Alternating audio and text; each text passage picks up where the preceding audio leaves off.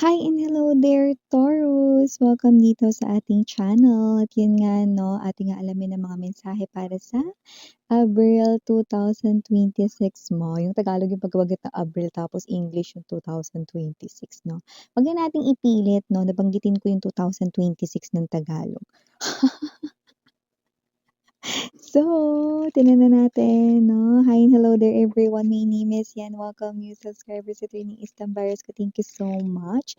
At yun nga, kung hindi nyo pa alam, mayroon pa tayong isa pang channel. Link yan down below sa ating description box. So, if interested, click lang yan para pwede rin kayong tumambay doon. No? Kahit magpapalit-palit kayo here and there, go lang. Bala kayo dyan. Basta i-pick up lang yung mga mensahe na bet ninyo. Okay? So, cross-watchers ni Taurus, welcome ka rin. May Taurus placement sa natal/birth chart, welcome din kayo, babe. Maraming salamat, Archangel Michael, angel guides, and the ancestors of Taurus. Can we get messages for them, please? What does Taurus needs to know for April 2026? Messages for April 2026 para kay Taurus po. Taurus, April 2026. Taurus, April 2026. Taurus, okay. Yun, nadali na natin, no? Nahagip na ang tamang energies para sa sangkatauhan na Taurus. So, that energy. Pero huwag kayong matakot ha, hindi yan yung death na iniisip ninyong literal. Actually, it's a new beginning, no? Yung focus ko ay with the sun. See, there, sun.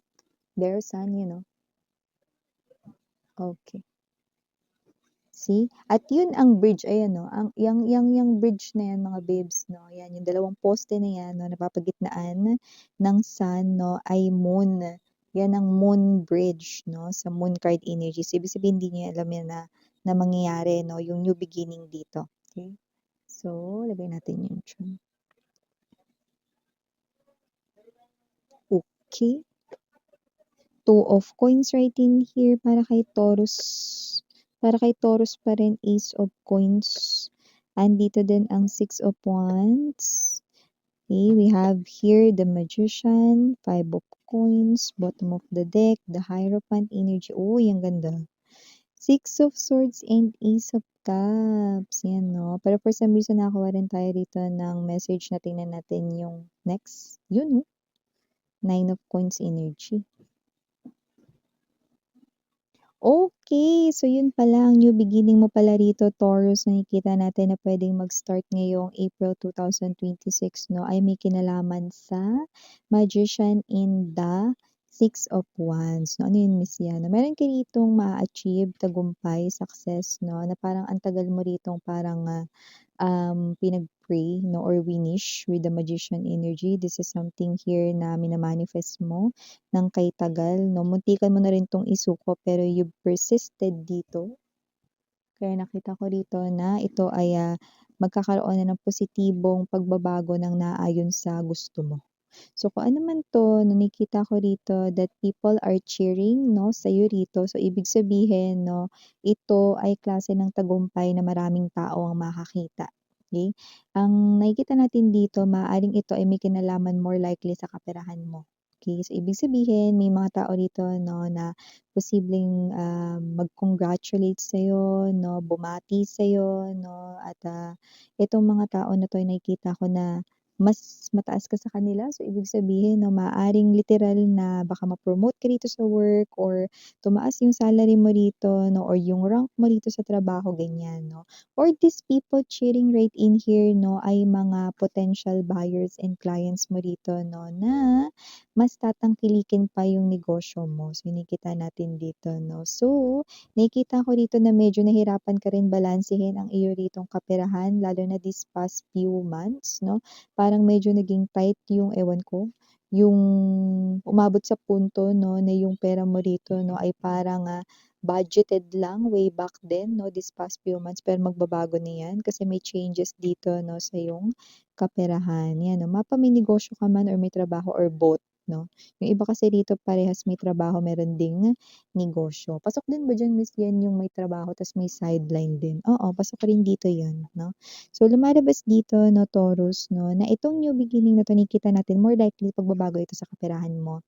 Lalo na kung parang feeling mo 'no, yung pera mo laging sapat lang 'no, pero hindi ka naman as in kinakapos talaga 'no, pero alam mo yung parang parang andun ka na sa edge ng konti na lang 'no, parang aabot ka na dun sa masasagad yung paglabas mo ng pera 'no, pero, eto yun 'no, may pagbabago dito sa kaperahan mo, may increase, 'yan 'no, sa income mo man 'yan, sa salary mo man 'yan, sa kinikita mo rito 'no, 'yan. So, ano man 'yan, nakikita natin dito 'no.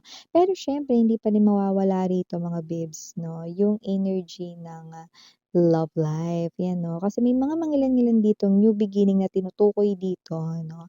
Meron ditong love life 'no na parang magiging successful 'no, lalo na kung pinag-iportan mo itong kay tagal. So, wala tayong gender dito 'no, puwedeng, ito yung nililigawan mo kay tagal or puwedeng gusto mo 'tong tao na 'to 'no, pero hindi mo naman siya nililigawan lalo na kung isa kang divine feminine 'no, pero matagal mo na siyang gusto, 'yan magkakabunga na rito 'no. Meron ditong yung moon na yon ay also literal na bridge. Talagang meron dito 'no, na bridge of situations 'no, kung saan maglalapit na kayo finally ng tao na 'yan 'no. And with the Death energy and the Magician, those are major arcanas indicating that the universe will help arrange these events 'no, these situations 'no, to make that person here fall to you, 'yan 'no, or fall for you, I mean, 'yan. So, maliban diyan 'no, ang taray ng ating Abril. Maliban diyan may energy rin dito 'no, that with the Ace of Pentacles energy and the Five of Coins kagaya nga ng another confirmation natin dito 'no, tapos na yung pagtitipid at ang ira rito ng, enough lang ang pera mo. Dahil nakikita natin dito with the Ace of Coins energy maaaring may ma-purchase ka ritong something big. Dahil malaking pera rin ang papasok sa'yo rito 'no. Others 'no, dahil nakakita tayo dito ng times, possible na times 2 or times 3 yung maging balik sa'yo, dito sa iyong kaperahan 'no. Pero dahil pentacle ito, hindi ito agad papasok or parang bubulusok 'no sa April mo. Pero nakikita natin dito 'no na ito ay, magsisimula 'no ng mga, pagbabago sa iyong kaperahan ngayong Abril, 'yan 'no. So may mga mapapansin kayo na mga parang pagbabago dito sa inyong kaperahan, 'yan 'no. So maliban din diyan nakikita ko rin dito 'no, na meron din dito na magsasauli sa'yo ng pera, you know, in other words, may magbabayad sa'yo rito 'no, ng mga hiniram mula sa'yo na pera 'no. So 'yan, okey magugulat ka rin dito kasi hindi mo inaasahan na magkukusa silang ibalik 'yan, 'yan 'no. Kasi nga may pagbabago dito sa money mo, parang lahat ng mga lumabas na pera ay babalik sa'yo, yun yun, 'di ba taray? Mga pera ang bumabalik, 'di ba? Mas bet mo 'yun kaysa bumalik yung ex mo. Oh, speaking of your ex 'no, yung ex mo pala dito ay gusto ritong makausap ka, yun 'no. Kung sino man 'tong ex mo na 'to, na ewan ko pinangakuan mo ba 'to ng kasal dati or parang nagsabi ka ba dito na sana tayo forever, mga gano'n? Or parang nagsabi ka ba sa kanya rito 'no na, um wala ka ditong ibang gusto na makasama for life kundi siya lang 'no, 'yan. Ta's naghiwalay kayo, kaya nga ex mo na siya ngayon 'no.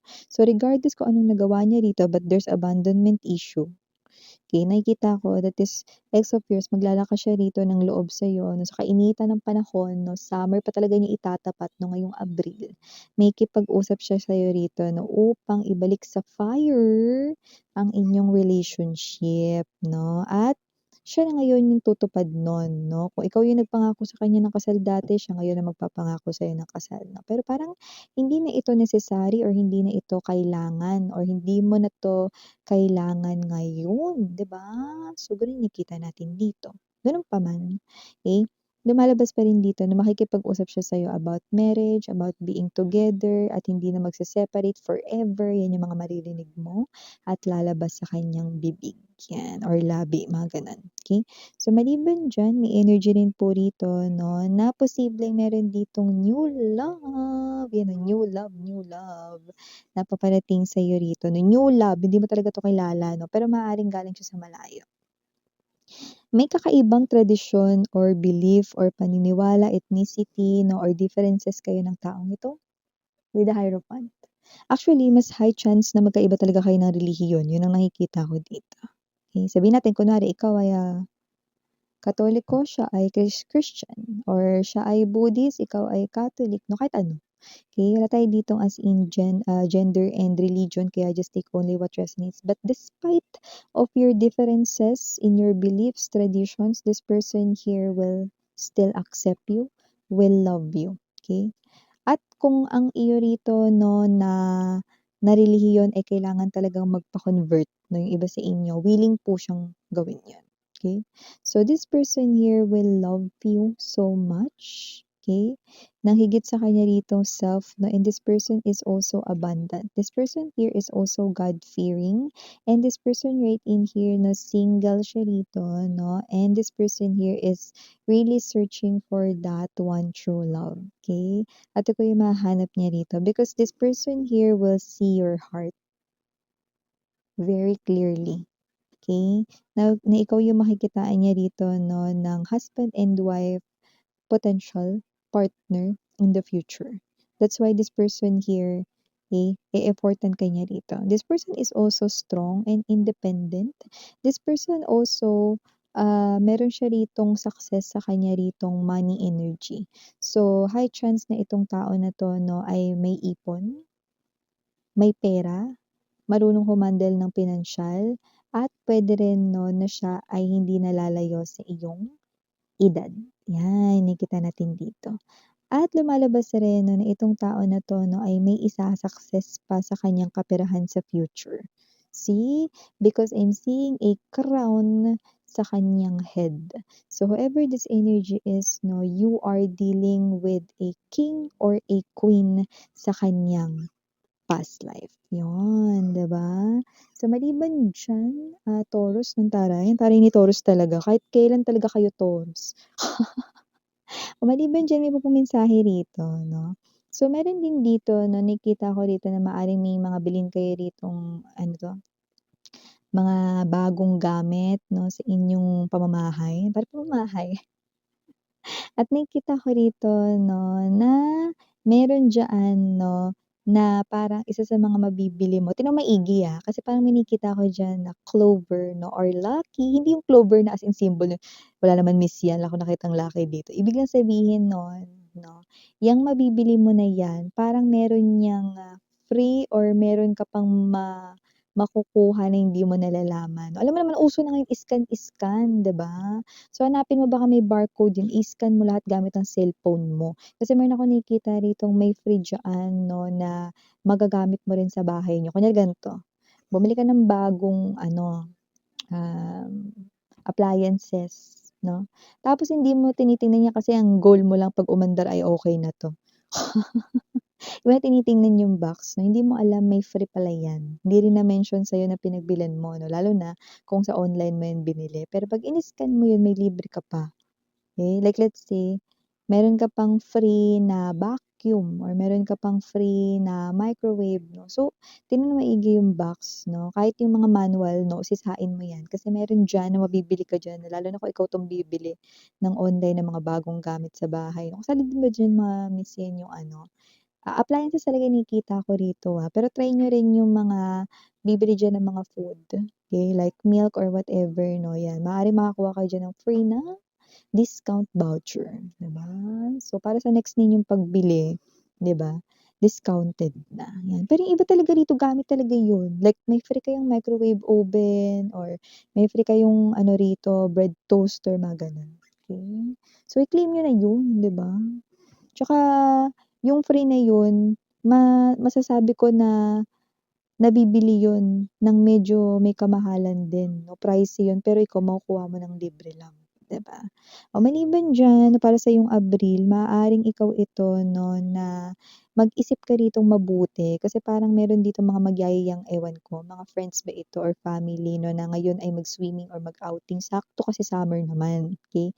Pero nakikita ko rito na parang may energy ka rito, ewan ko kung matatapat rito na parang tinatamad ka or ayaw mo sumama diyan or whatever 'no. Pero sumama ka, yun 'no. Kasi nakikita ko dito mag-e-enjoy kapag sumama ka diyan and at the same time 'no, freshen up yung iyong isipan kasi medyo stress ka sa work 'no. Tsaka kailangan mo rin 'to, bakit miss yun? Kasi nakikita ko magiging busy ka na pagtapos niyan. Kaya maganda na mag-enjoy ka na rito 'no, ng time with your loved ones. So yeah, ito yung mga nakukuha ko rito mga mensahe para kay Taurus, April 2026. Again, I'm Yuriana, only for the girls in Yana. Do not forget to press ang love and light. Annyeong.